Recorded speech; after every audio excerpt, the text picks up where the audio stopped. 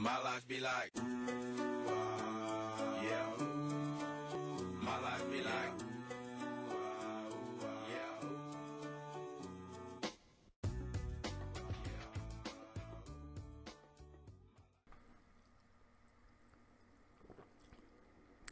Good morning. Today we're going to talk about Trillax on Mythic level difficulty for the Prot Paladin tank. There's a couple things that I'm going to preface prior to going into the how-to video. One, if you down Chronomatic Anomaly, Trillax is a cakewalk. What a terrible pun. Two, you're going to note in the video that I switched from Seraphim to Righteous Protector. It is not because I was taking an immense amount of damage. It's because my off-tank, who is our backup tank, who doesn't really have a lot of tanking trinkets and more or less tries to stay alive than DPS, was having a lot of aggro threat aggregation issues.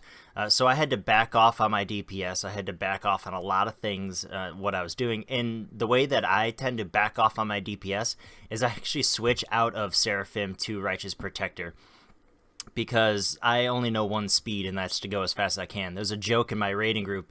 Anytime anybody pulls aggro off of me, the entire raid group celebrates, even if it's going to wipe us. It's pretty funny. So that's why I switched. It's not because there's a lot of damage. You can Seraphim this fight very easily, even on progression level difficulty. I had done it for the previous wipes that we had done. It's just I was wiping us because I was taking too many stacks of Arcane Slash.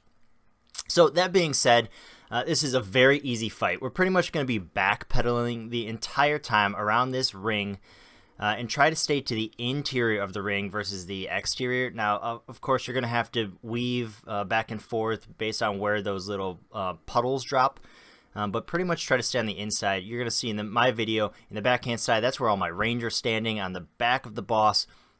And then the only people I have behind me are my healers. And the reason why we are trying to keep everybody from not being behind me is because I don't want puddles to drop while we're trying to kite backpedaling.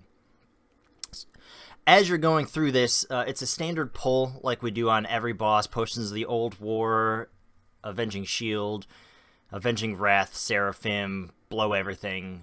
You'll be just fine. On the pull, here's my recommendation as a Prot Paladin.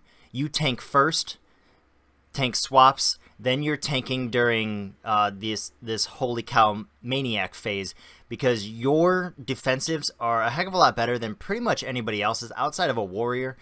You can actually mitigate that damage a heck of a lot more. Now, it's close to 9 million damage that the Arcane Slash is going to split between two targets on Mythic level difficulty. And if you have let's say a monk like I do right here, he goes and staggers that damage, which means he technically took that damage. So I took it. Now, when I mitigate the damage, I'm mitigating close to 60% of that damage that's incoming. So we're taking a heck of a lot less if I'm tanking during maniac phase. And so off the pull, you have to tank first, then off tank, then you. Anytime else when he comes out of the beam phase, it should be your off tank, then you, because he's going to go into maniac phase a lot quicker in any subsequential phases. Kind of in that aspect, in terms of survivability. Seraphim, Righteous Protector, doesn't matter. Your Shield of the Righteous isn't necessarily going to, quote-unquote, save you or break you in the original Arcane Slash phase, but when he turns into the overpowered phase, you really want to be trying to save your Shield of the Righteous in order to mitigate that damage, because this is a huge amount. Popping your Ardent Defenders, asking for Barks, Pain Sups, those kind of things. So, first ad phase comes out. We have Trillax's imprint, who is actually the cake imprint. So he's going to be throwing out cakes left and right. Your job is to just kill him as fast as possible. Now, obviously, as tank, taunt everything, hold aggro on everything. But for your teammates, they should be focusing on this, and they really shouldn't be cleaving off. And that was an issue we were having with our previous wipes. If they're cleaving off, they're actually keeping this guy up longer. He's producing more cakes. We don't want that. We don't want him to be in that toxic slice phase very long. So you're going to see us cleave him down.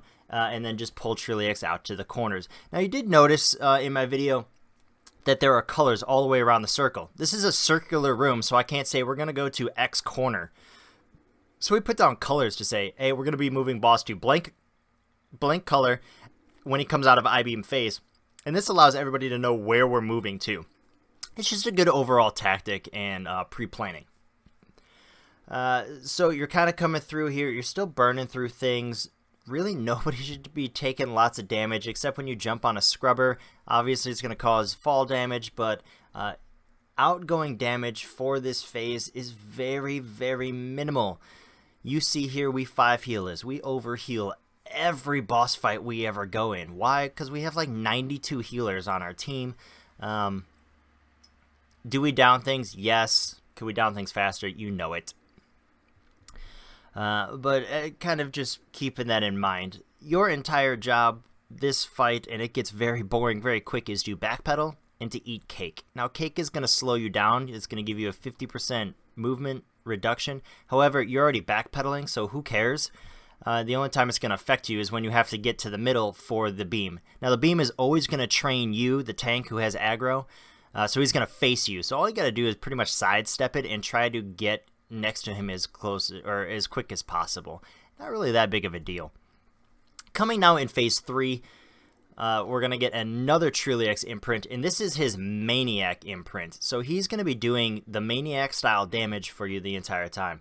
As Prot Paladin, because I have the most, on my team, I have the most aggro generation, I taunt the imprint, I throw out a bunch of damage on him, and then I swap back over to Trillax. As our team, as a team, we ignore the ad, and we single target DPS Trillax.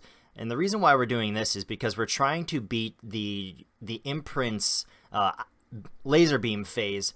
Because if you don't kill him fast enough, he's going to laser beam wherever the hell in the room he is. And holy shit, is that a crazy time to deal with. So really just focus on Trillax at this point in time. Try to maintain aggro on the imprint, and the boss will go down pretty darn easy. Like I stated, if you've downed Chronomatic Anomaly on Mythic level difficulty, it should take you at a max 25-30 attempts on Trillax in order to down him, because he is that easy. So I wish you all the best in gaining loot. I'll catch you on the next videos, and have a great rest of the day. Thank you very much.